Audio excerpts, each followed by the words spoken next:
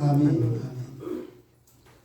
오늘 대표기도를 해주실 때 언제나 우리의 삶을 복된 길로 인도해주시는 주님이라고 하셨습니다. 맞습니다. 항상 보면은요, 주님은 우리를 복된 길로 인도를 해주셔요. 그런데 이것을 놓치고 살아갈 때가 많습니다. 그렇다면 누가 놓치고 살아가는가? 우리 대표기도를 해줄 때 이렇게 하셨습니다. 반복적이면서도 습관적으로 우리가 신앙생활을 하는 것은 아닙니까? 그 경우에는 주님께서 우리에게 복된 길을 인도하는 걸 못 봅니다. 우리가 보지 못하는 것뿐만이 아니라 누리지도 못해요. 그래서 항상 여러분들이 내가 신앙생활 하실 때는요, 반복적이라든지 습관적인 이 신앙생활 하시면은 절대로 안 된다는 겁니다. 그리고 대표기도를 해주실 때 하나님을 무시하는 세상을 향해 우리가 변화되기를 원합니다. 저는 이 부분에 대해서요, 정말로 공감을 합니다. 오늘날 한국 교회가 왜 이렇게 좀 타락을 했는지 저도 진짜 모르겠습니다. 1차적인 책임은 목사인 저를 비롯해서 우리에게 있겠죠. 그냥 성경 말씀 그대로 전해드리면 되는 것이고, 또 여러분들은 그 성경 말씀대로 그대로 하시면 되는데, 어느 날서부터인가 한국 교회는 세속화가 되어갔습니다. 그러다 보니까 좀 이따가 예배 시간에도 말씀 속에서 나오지만은 내가 하나님을 믿는 이유가 뭔지를 모르고 살아가는 분이 많이 계십니다. 여러분, 오늘서부터 3주간에 걸쳐서 믿음의 원천이 뭔가를 우리가 좀 볼 것입니다. 하늘에서 비가 내립니다. 그리고 그 하늘에서 내린 비가 땅속으로 스며들어갑니다. 땅속으로 스며들어가는 빗물이 땅속으로 깊숙이 내려가면 내려갈수록 물은 깨끗하게 정화가 됩니다. 저도 오래전에 어느 어른으로부터 그런 얘기를 들었습니다. 물이 저거 할 때 산에서 흐르는 물도 땅속이든 어디든 한 15m에서 20m 정도만 내려오면 물은 정화가 된다고 합니다. 그만큼 땅속으로 들어가면 들어갈수록 물은 깨끗해집니다. 그리고 그 정화된 그 물은 사람을 살리는 생수가 됩니다. 그러나 땅속으로 스며든 물이 땅속에 그대로 고여 있기만 한다면 사람을 살리는 생수가 될 수가 없습니다. 그러므로 땅속에 스며든 물은 펌프를 사용하든 땅을 파든 반드시 땅 밖으로 분출되어 나와야만이 사람을 살리는 생수가 될 수 있다는 것입니다. 그렇다면 우리는 여기에서 하늘에서 떨어지는 빗물이 사람을 살리는 생수가 되기 위한 하나의 공식을 발견하게 됩니다. 먼저는 내면화입니다. 하늘에서 떨어지는 빗물이 땅속으로 깊이 스며드는 내면화의 과정이 먼저 있어야 된다는 것입니다. 그리고 두 번째는 외향화의 과정입니다. 스며들어간 물은 땅속에 그대로 있는 것이 아니라 반드시 밖으로 나올 때에만 사람을 살리는 생수가 될 수 있다는 것입니다. 이것은 빗물뿐만이 아니라 풀이나 꽃 혹은 나무들도 마찬가지입니다. 하늘에서 나무가 떨어지는 것 아닙니다. 사람이 뿌리를 혹은 씨를 땅속에 심어야만 합니다. 이것은 내면화의 과정입니다. 그러나 만약 땅속에 사람이 심은 씨가 하늘의 씨 그대로 땅속에만 계속 있다면 이 씨는 죽은 겁니다. 살아있다면 반드시 땅을 뚫고 줄기가 돋아나야만 됩니다. 이것은 외향화의 과정입니다. 이처럼 내면화와 외향화의 과정을 거쳐야만이 꽃이 피는 것이고 나무도 자라서 열매를 맺을 수가 있는 것입니다. 여러분, 사람의 생명 또한 마찬가지입니다. 외부로부터 생명의 씨가 여인의 태 속에 들어가야 생명이 잉태됩니다. 그런데 잉태된 생명이 때가 지났음에도 불구하고 10달이 지나고 20달이 지나고 했음에도 불구하고 여인의 뱃속에 계속 그대로 남아있다? 이것은 문제가 생긴 겁니다. 잉태된 생명은 때가 되어 밖으로 나와야만이 생명체로서 존재하게 되는 것입니다. 그래서 잉태된 생명이 여인의 태 속에 있을 때는 뭐라고 합니까? 사람이라고 하지 않습니다. 그때는 태아라고 합니다. 그러나 그 생명이 여인의 뱃속으로부터 나오게 되면 어떻습니까? 태아라고 얘기하지 않습니다. 그때부터는 사람이라고 합니다. 이거는 신앙에도 적용됩니다. 먼저 하나님의 말씀이 생명의 말씀이 되기 위해서는 내 안에 들어와야만 됩니다. 그러나 그 말씀이 사람을 살리는 생명의 말씀이 되기 위해서는 내 머릿속에서 아는 것으로 머무는 것이 아니라 내 삶을 통해서 보여줘야만 합니다. 그때 그 하나님의 말씀이 나를 살리고 타인을 살리는 생명의 말씀이 될 수 있는 것입니다. 이처럼 내면화와 외양화를 통해 생명이 생성되고 그리고 성장하고 또 유지된다고 하는 것은 모든 생명에 공통으로 적용되는 생명의 법칙입니다. 그리고 여기에는 세 가지 원칙이 있다는 걸 알게 되죠. 첫째는 언제나 내면화가 먼저 선행되어야만 된다는 것입니다. 땅속에 씨를 심지 않고는 절대로 꽃은 필 수가 없습니다. 여인의 태에 생명의 씨가 잉태되지 않는다. 생명체가 여인의 밖으로 나올 도리가 없는 거죠. 이처럼 언제나 내면화가 선행되어야만 됩니다. 두 번째는 내면화와 외양화는 중단 없이 반복되어야 한다는 사실입니다. 여인의 몸에서 생명체가 태어났다고 해서 끝난 것 아니죠. 계속해서 음식을 먹어야만 합니다. 이것은 내면화입니다. 그리고 육체적으로 성장해야 합니다. 여러분, 이건 나무도 마찬가지입니다. 세월이 흘러갈수록 뿌리가 깊이 내려가는 내면화가 길수록 외양화는 더 커지게 되는 겁니다. 그런데 세 번째 원칙에서 본다면 외양화의 건강성은 내면화에 달려있다는 것입니다. 조금 쉽게 한번 설명을 드려보겠습니다. 우리나라에서는 보기가 좀 드물지만은 서구 유럽에서는 바람이 조금만 세게만 불어도 높이가 15m, 20m 되는 나무들이 그냥 뿌리째 꼽혀서 쓰러진다고 합니다. 이유는 간단합니다. 서구 유럽의 평지는 우리나라와 같은 영하 10도, 20도 이런 혹한이 없다고 합니다. 그리고 1년 내내 늘 비가 많이 와서 습기가 차 있습니다. 그러다 보니까 뿌리들이 물을 찾기 위해서 땅 깊이 들어갈 필요가 없어요. 옆으로만 가면 되는 겁니다.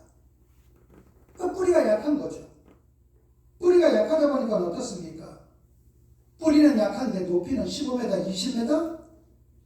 그러다 보니까 웬만한 바람이 불어도 그냥 뿌리째 넘어가는 것입니다. 여러분, 이것은 우리의 삶도 마찬가지입니다.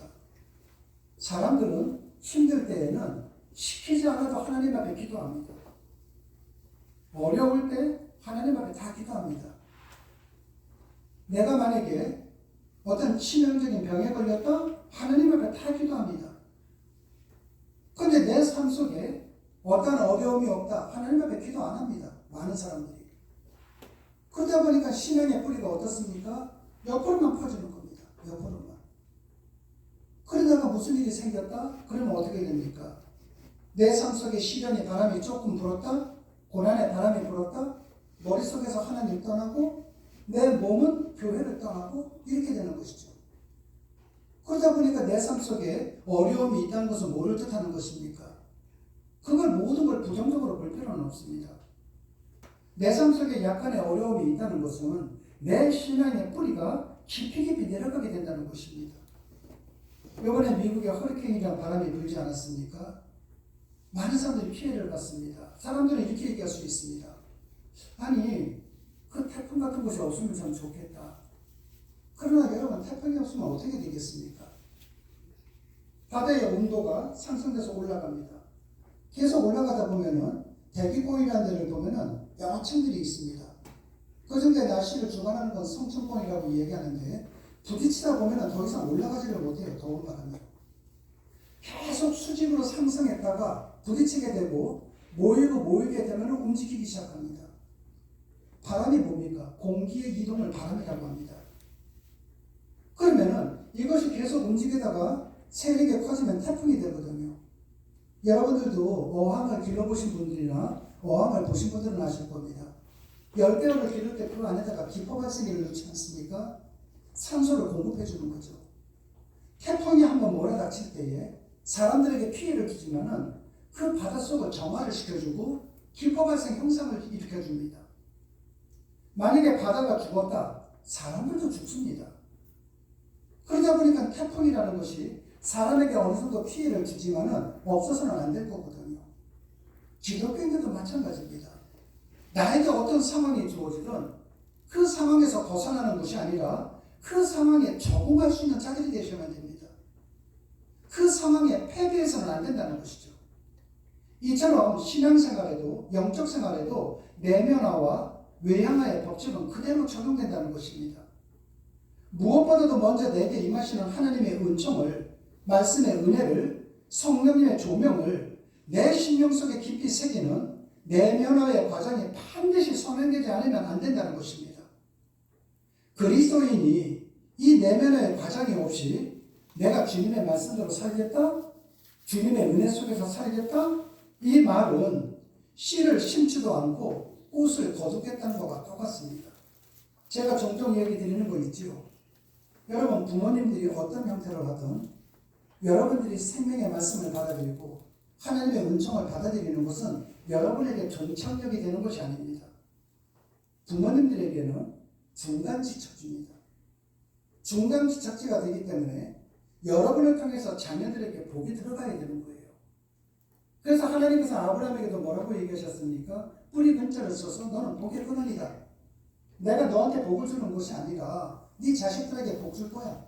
너희 손자 손녀들에게 내가 복 줄 거야. 이겁니다. 그렇다면 부모의 역할은 굉장히 중요하죠. 왜? 나를 통해서 하나님의 복이 내 자식과 내 손자 손녀에게 들어가는 거니까요.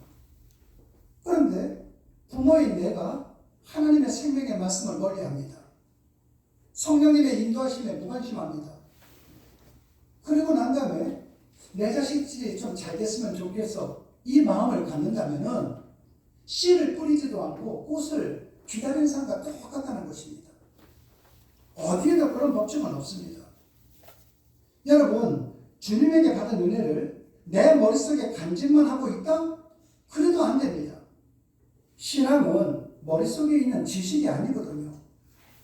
내 속에 새겨진 하나님의 은혜, 하나님의 말씀은 반드시 외향화, 즉 나의 삶을 통해서 내가 사는 삶의 현장에서 구체적인 모습으로 드러나야만 됩니다. 그때에만 우리는 사람을 살리는 참된 그리스도인이 될 수 있기 때문입니다. 그때에만이 우리 아이들은 진정한 복의 근원으로서 삶을 살아갈 수 있다는 것입니다. 누가복음 18장을 보면은 바리새인과 세리의 기도가 대조돼서 나타나는데 먼저 바리새인이 이렇게 기도를 합니다. 한번 합독하도록 하시겠습니다. 하나님이여 나는 다른 사람들 곧 도시들을 가난한 자들과 맞지 아니하고 이 실수와 기도와 아니함을 감사하나이다. 나는 이에 그것이 금식하고 또 속에 식주를 드리나이다. 아멘. 지금 바리새인이 어떻게 기도하는 겁니까? 자신이 하나님 앞에서 하나님 나 이거 잘하고 있죠. 지금 공적을 기도드리는 것입니다. 나는 이렇게 하고 있습니다. 내가 신앙생활 잘하고 있죠. 반면에 세리는 이렇게 기도했습니다. 합격하시겠습니다. 세리는 멀리서 밤에 눈을 들어와 하늘을 열어보지도 못하고 다만 가슴을 치며 가로되 하나님이여 불쌍히 여기옵소서. 나는 죄인이로소이다. 아멘. 세리는 자신의 행위를 자랑할 건 없고 오히려 자신의 죄인됨을 깨닫고 가슴을 치고 회개를 합니다. 하나님의 은총을 간절히 바라는 기도를 드리고 있죠. 우리는 이 두 사람의 기도에 대해서 많은 이야기를 들어봤습니다. 그리고 우리는 이 두 사람의 기도를 이분법적으로 평가하는 사람들도 많이 있습니다. 이를테면은 자기 공적을 자랑한 바리새인 나쁜 사람, 그리고 자신의 잘못을 깨달아 하나님의 은총을 구했던 세리 좋은 사람, 이렇게 평가하는 사람들 굉장히 많습니다. 그러나 이 두 사람에 대한 예수님의 평가는 어떤가? 정말 예수님은 바리새인 나쁜 사람, 세리는 좋은 사람 이렇게 평가를 했는가? 다 같이 합독하시겠습니다. 내가 너희에게 이르노니 이 사람이 저와 사랑하고 죄를 받느니라. 아멘. 예수님께서는 이 사람은 좋은 사람이고 저 사람은 나쁜 사람이라고 말씀하지 않으셨습니다. 이 세리가 바리새인보다 더 의롭다함을 받았느니라. 우리 주님께서는 비교급으로 말씀하셨습니다. 말하자면 하나님의 말씀대로 살려고 의로워지려고 하는 세리의 삶의 방법을 하나님께서는 조금 더 인정해 주셨다는 것입니다. 즉 바리새인도 의롭기는 하다는 거죠. 바리새인 나쁘다는 건 아닙니다. 여기에서는요. 의롭기는 하지만은 그러나 실은 세리가 조금 더 의롭다. 지금 주님께서 성경에 이렇게 말씀하고 계시는 겁니다. 여러분, 바리새인이 세리보다 상대적으로 주님으로부터 못한 평가를 받은 이유를 따지고 본다면은 어떤 것입니까? 자기의 공적을 자랑하는 것을 신앙의 출발점으로 삼은 거죠. 그러나 세리가 바리새인보다 상대적으로 나은 평가를 받았다면 그것은 자신의 죄인임을 깨달아서 하나님 아버지의 은총을 기다리는 낮고 겸손한 마음을 신앙의 출발점으로 삼았다는 것입니다. 그렇다면 우리는 여기에서 용어를 바꿔서 한번 이 두 사람을 이해하게 됩니다. 바리새인이 주님으로부터 상대적으로 못했던 평가를 받았던 것은 바리새인은 신앙의 내면화가 없었습니다. 신앙의 외향함만 있었습니다. 신앙의 내면화가 없이 외향화에만 치우치면 반드시 그 인간은 자신의 공적에 의해 교만에 빠질 것이고, 교만은 하나님의 이름을 부르면 부를수록 실은 그 중심은 하나님에게서 멀어지게 만든다는 것입니다. 주님께서 상대적으로 세리를 더 칭찬하셨다면 그것은 그동안에 있었던 세리의 부정한 모든 것을 인정해 주셨다는 것이 아니라 이 세리에게는 신앙의 내면화가 있었기 때문입니다. 쉽게 표현한다면 바리새인은 외향함만 갖고 있었고 세리는 내향함만 갖고 있었습니다. 그렇다면 이렇게 생각을 해보죠. 세리가 하나님께서 이렇게 해주네. 월요일부터 토요일까지 내 멋대로 삽니다. 그러고 나면 주일날 와서 합니다. 주여 용서해 주십시오. 저는 죄인입니다. 세리처럼 그렇게 기도를 했습니다. 고칠 생각은 안 하고요. 그리고 또 다시 주일이 끝나면은 내가 하고 싶은 대로 삽니다. 내 편한 대로. 또 다시 또 주일이 되면 와서 주여 제가 또 왔습니다. 죄인입니다. 계속 그런다면은 우리 주님께서 뭐라고 하시겠습니까? 그래, 네가 항상 회개를 하니까 네가 대단하다. 이렇게 안 하죠. 어쩌면은 마태복음 5장 20절 말씀처럼 그 세리에게 하지 않았겠습니까? 너의 의가 서기관과 바리새인보다 너 낫지 못하면 너는 결코 천국에 들어갈 수 없다. 너 그렇게 살면 안 돼. 뭐 내가 말을 잘 못한다고? 나는 아는 사람이 별로 없다고? 여러분, 내가 지금 말씀을 들은 것은 많은데 누구에게 가서 한마디도 전하지도 못하고 내가 신앙생활을 오랫동안 했음에도 불구하고 누구 하나 내가 변화시키지를 못하고 이렇게 한다면 하나님이 뭐라고 하신다고요? 오늘 개표기도에도 말씀하지 않았습니까? 신앙은 지식이 아니에요. 여러분의 삶의 현장에서 보여줘야 지혜입니다. 근데도 불구하고 나는 몰라. 나는 이래 저래. 나를 정당화시켜가면서 한다면은 하나님께서 뭐라 하냐 이거죠. 결단코 천국에 들어가지 못하리라. 안 믿는 사람과 똑같다는 것입니다. 여러분 따라서 우리에게 있어서는 세리의 내면화와 바리새인의 외향화가 동시에 있어야만 된다는 것입니다. 이 사람 나쁜 사람, 저 사람 좋은 사람이 아니라 동시에 두 가지를 다 갖고 있어야 돼요. 청년 사울이 자신의 신념에 따라서 예수 믿는 사람을 색출하여 투옥하기 위해서 다메섹까지 갔습니다. 거기까지 250km입니다. 굉장히 많은 시간이 걸립니다. 바로 그 다메섹 도상에서 나중에 바울이 되는 사울이라는 청년이 우리 주님을 만나게 됩니다. 우리 다 같이 한번 합독하도록 하시겠습니다. 사울당에서 일어나 눈을 떴으나 아무것도 보지 못하고 사울의 손에 끌려 다메섹으로 들어가서 사흘 동안 알지 못하고 시신을 전해하였다. 아멘. 지금 자신이 부정했던 주님을 확인한 뒤에 사울이라는 청년은 눈이 멀었을 뿐만이 아니라 사흘 동안 먹지도 마시지도 못했습니다. 여러분 이거는 지금도 이런 현상이 나타납니다. 처음부터 믿음이 좋은 상태에서 신앙생활 하시는 분들 많지 않습니다. 그냥 들어오는 거예요. 예배당에 그냥 들어왔다가 평상시에는 하나님의 말씀이 잘 안 들어옵니다. 그러다가 어느 순간에 어느 계기가 되어서 하나님을 인격적으로 만나는 분들이 계십니다. 근데 그 다음부터는 사람이 확 바뀝니다. 눈이 멀었다는 건 뭐를 뜻합니까? 여러분, 사도 바울이 사울일 때 눈이 멀었을 때 직가라는 데 가지 않았습니까? 직가는 꾸불꾸불한 길이 아닙니다. 운수대통한 길이죠. 쭉쭉 뻗었습니다. 내 앞에 지금 직가가 펼쳐졌는데도 불구하고 그걸 못 보는 거예요. 왜? 눈에 비늘 같은 것이 있다 보니까요.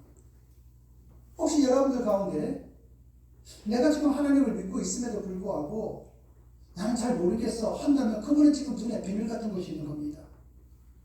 그 비늘 같은 것이 내려와야 돼요. 내려오게 된다면 그때서부터 굉장히 혼란스럽습니다. 혼동스럽습니다. 내가 여기까지 예수를 부정했는데, 아니 내가 부정하진 않았다 할지라도 난 저 예수를 믿지는 않았는데 저 예수가 진짜란 말이야? 그때의 그 혼란이라는 것은 상당합니다. 제가 요즘은 사용하지 않지만은 제가 그 방언을 전도사 때 굉장히 받았는데요. 그때는 이제 방언 정도도 굉장히 많다고 하지 않습니까? 저는 그때 중국어 방언을 받았습니다. 그런데 방언을 받은 날, 그날은 잠을 못 자겠더라고요. 왜? 방언 잊어먹을까 봐요. 방언을 잊어먹을까 잠도 못 자겠고 하니까 눈 떴는데, 안 자겠다 하다가 잠들었다 눈 떴는데, 제일 먼저 한 것이 뭔가? 방언 기도였습니다. 방언 하나 갖고서도 그렇게 혼란스러운데, 뭐 하나님이 정말로 계셔? 이거를 내가 정말로 알게 된다면 굉장하죠. 사울은 사흘 동안 아무것도 먹지도 못하고 마시지도 못했습니다.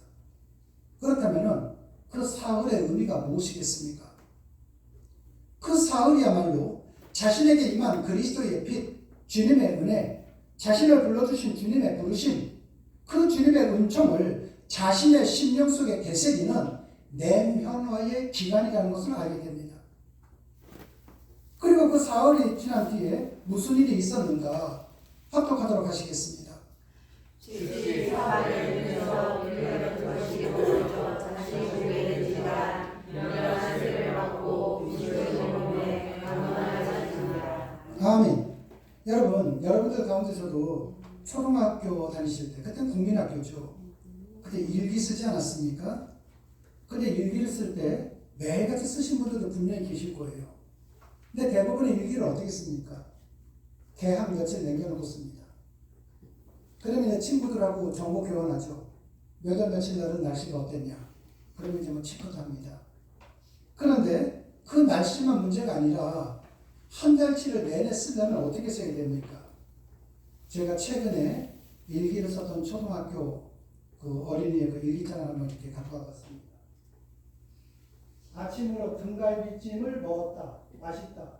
점심으로 햄버거를 먹었다. 맛있다. 저녁으로 회를 먹었다.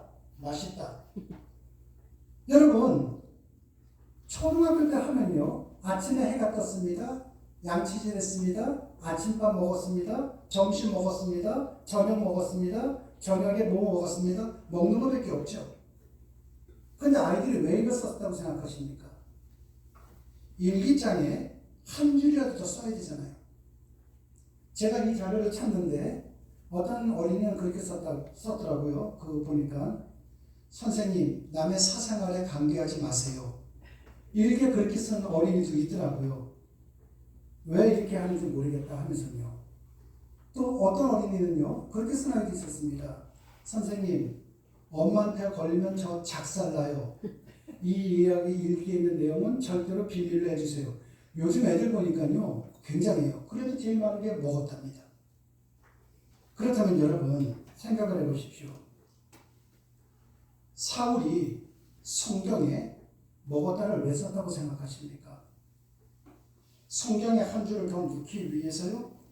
아니요. 여러분, 사울이 밥을 먹었다는 사실은, 강건해졌다는 사실은 외향화된 그리스도의 삶을 살게 되었음을 우리에게 좀 강조하는 것입니다. 사도 바울은 하루아침에 사도 바울이 된 것이 아닙니다. 내면화와 외향화를 거듭하면서 자고로 17년이라는 시간이 흐른 뒤에 사도 바울이 되었습니다.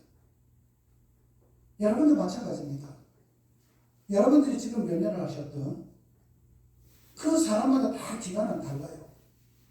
하지만 분명한 것은 내가 하나님께서 나에게 허락하신 이 기간이 끝나고 난 다음 하늘나라로 가기 전에 내면화와 외향화를 함께 갖춘 진짜 그리스도인이 되셔야만 된다는 것입니다. 그래서 사도 바울은 나는 날마다 죽노라 이렇게 고백합니다. 여러분, 죽어야만이 됩니다. 내가 죽지 않으면 믿음이 안 생겨요. 내가 죽으라고 해서 생명을 끊으라는 것이 아닙니다.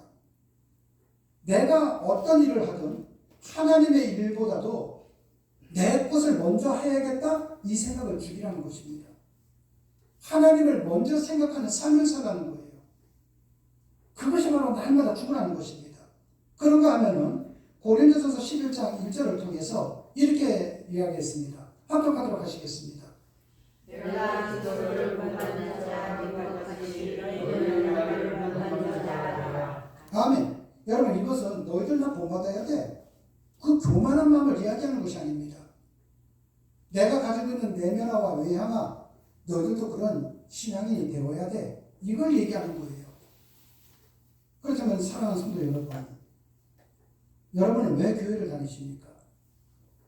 여러분 각자가 한번 생각을 해보세요. 여러분이 이 자리에 왜 오셨습니까? 무엇 때문에 오셨고 어떻게 하기 위해서 여러분들은 교회를 다니십니까? 오래전에 의정부의 모 교회에 현수막에 대해서 말씀드린 적이 있습니다. 그 교회가 특별 새벽 기도회 슬로건을 걸었는데 그 제가 벽으로 본 적이 있었거든요. 거기에 이렇게 써져 있습니다. 부모의 새벽 기도, 자녀의 평생 축복, 자녀의 새벽 기도, 부모의 노후 대책, 아내의 새벽 기도, 남편의 영적 성공. 무슨 시조도 아니고요. 여러분, 여러분들이 교회를 다니는 목적이 이런 데 있습니까? 예수 그리스도께서 여러분의 자녀의 평생 축복과 부모님의 노후 대책을 위해서 십자가에서 돌아가셨다고 생각하십니까? 교회에 다니는 목적이 이런 거라면은 무당의 굿당을 찾는 것과 불교의 사찰을 찾는 것과 뭐가 다르겠습니까?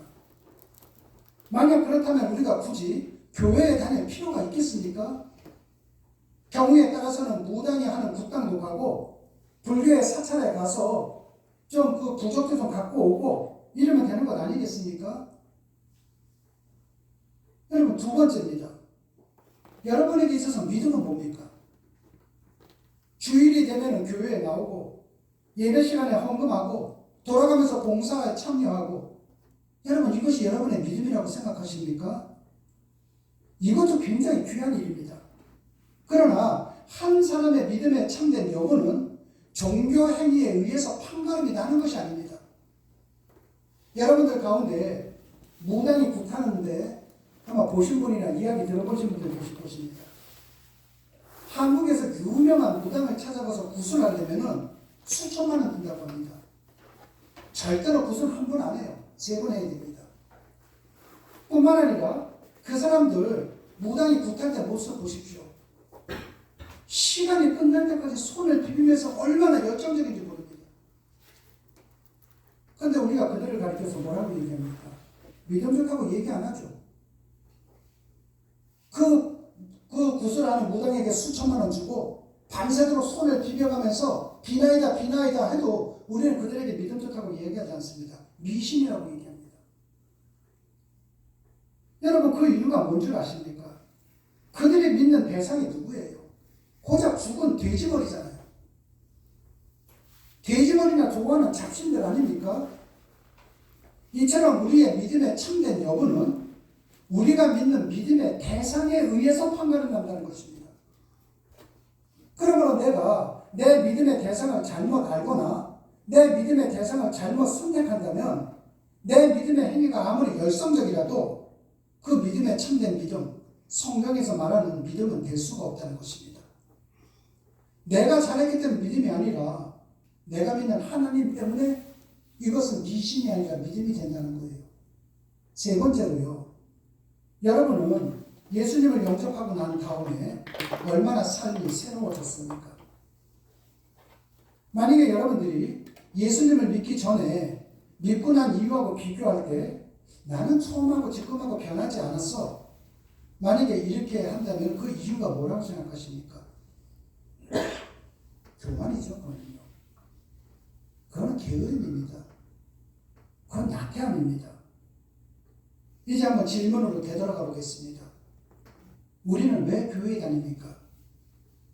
우리에게 사랑을 베풀어 주시는 하나님을 예배하면서 그 사랑에 힘입어서 이 세상에서 하나님의 사랑의 증인으로 살아갈 은혜를 얻기 위해서 예배당에 오시는 겁니다.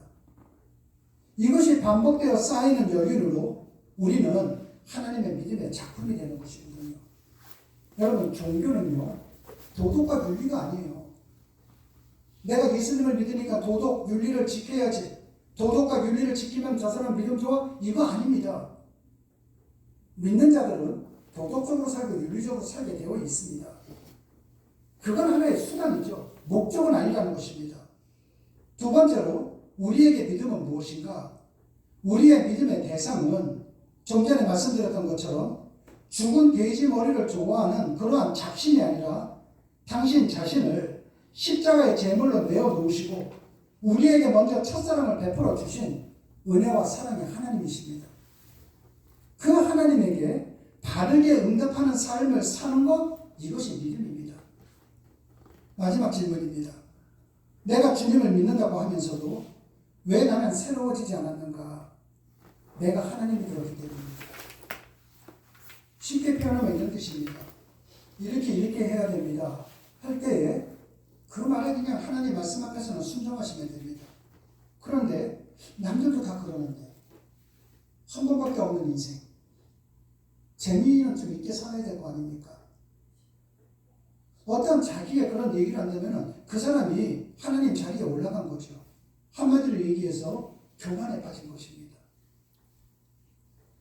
초대 말씀을 드렸던 것처럼 이제 3주간에 걸쳐서 보게 될 믿음의 원천, 이 말씀을 통해서 여러분들 모두 다가 정말 해답을 찾았으면 좋겠습니다. 내가 왜 신앙생활 하는지, 내가 왜 지금 예배당에 오는지, 내가 왜 변하지 않는지, 믿음이 무엇인지 이 3주간에 걸치는 말씀을 통해서 우리 비조기의 성도님들이 좀 변했으면 좋겠습니다. 좀 전에 말씀드렸던 것처럼 우리 하나님은 우리를 위해서 십자가에서 돌아가신 분 아니십니까? 지금은 단풍철이라고 얘기합니다. 지금부터 제가 나무가 되어보겠습니다. 저는 나무입니다. 이 손은 가지입니다. 근데 날씨가 추워지다 보면은 뿌리로부터 내려오는 물이 올라오면서 추워지다 보면은 이 꼭대기까지 올라가 줘야 되는데 꼭대기까지 올라가 주면은 물의 양이 적어서 나무는 죽는다고 합니다. 그러다 보니까 나무는 어떻게 되는가? 가지와 가지 사이에 떨겨침이라는 것이 생깁니다. 차단을 시키는 겁니다. 그러면 이 가지에는 물이 들어가지가 않아요. 위로 올라가는 겁니다. 나무를 살리기 위해서 나무 스스로가 부분적으로 지금 희생을 하고 있는 겁니다. 가지에 들어가는 물이 있어야만 되는데 가지에 물이 들어가지 않다 보니까 잎사구에서 엽록소가 죽어버립니다. 이것이 단풍입니다. 여러분들 그 단풍 하나하나 볼 때는요, 희생이죠. 희생 정신이 있기 때문에 단풍이 아름다운 것 아닙니까? 하나님께서도 마찬가지입니다. 우리를 살려주시기 위해서 예수님께서 겟세마네 동산에서 내게 이 잔이 피하면 피할 수 있으면 좋겠습니다. 쉽게 표현하면은 아버지, 내가 좀 살면 안 되겠습니까? 예수님께서 그렇게 기도하셨습니다. 그래서 하나님께서는 무응답으로 떨겨층을 만들어 버렸습니다. 너는 죽어야 돼. 누구를 위해서요? 저와 여러분을 위해서요. 우리는 그분을 믿는 사람들입니다. 우리는 잡신을 믿는 사람들이 아니에요. 호주머니에 부적을 갖고 다니는 사람들이 아닙니다. 천지를 창조하신 하나님이 언제나 나와 함께 하시는 그 하나님을 믿는 사람들입니다. 그렇다면 오늘 이 시간이면서부터 여러분들은 하나님의 말씀을 받아들이십시오. 성령님의 그 은총을 받아들이도록 노력하셔야만 됩니다. 그리고 여지껏 들었던 것을 여러분 지식으로 갖고 있는 것이 아니라 여러분이 알고 있는 사람들에게 보내주셔야만 됩니다. 그때야만이 사람을 살리는 생수가 될 수 있는 것이고 그 생수를 통해서 여러분 모두 다는 하나님으로부터 복을 받는 것입니다. 내가 어떤 마음을 갖느냐에 따라서 하나님이 주시는 복이 내 자식이 받을 수도 있고 못 받을 수도 있습니다. 하나님이 주시는 은혜와 은총, 미래에 대한 복을 내 손자가 받을 수도 있고 못 받을 수도 있습니다. 여러분들은 어떤 것을 선택하시겠습니까? 그렇다면 여러분들이 오늘 이 시간 이후서부터 희생하는 자들이 되십시오. 하고 싶은 걸 먼저 하는 것이 아니라 모든 것을 하나님의 일을 먼저 하십시오. 하나님의 일을 전하십시오. 그때에 여러분은 아름다운 단풍이 될 것이고 여러분의 자녀들, 여러분들의 손자, 손녀는 하나님이 주시는 복을 누리는 복의 주인공들이 되실 것입니다. 그러한 여러분들이 되시기를 주님의 이름으로 축원합니다. 기도하시겠습니다. 사랑의 주님, 천지를 창조하신 주님을 믿는다고 하면서도 주님을 바라보지 않았습니다.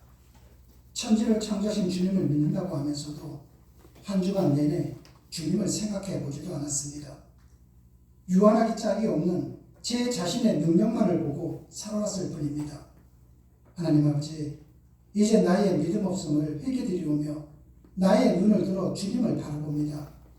만일보다 더 크신 전능하신 하나님께 나의 시선을 고정시킵니다. 주님의 능력 의지하여 일어설 수 있도록 은혜를 베풀어 주시옵소서. 주님께서 이미 나를 위해 열어두신 아름다운 성전 미문으로 주님과 손잡고 들어갈 수 있는 하나님, 이 시대의 진정한 그리스도인이 될 수 있도록 복을 내려 주시옵소서. 주님 고맙습니다. 예수님 이름으로 기도드렸습니다. 아멘.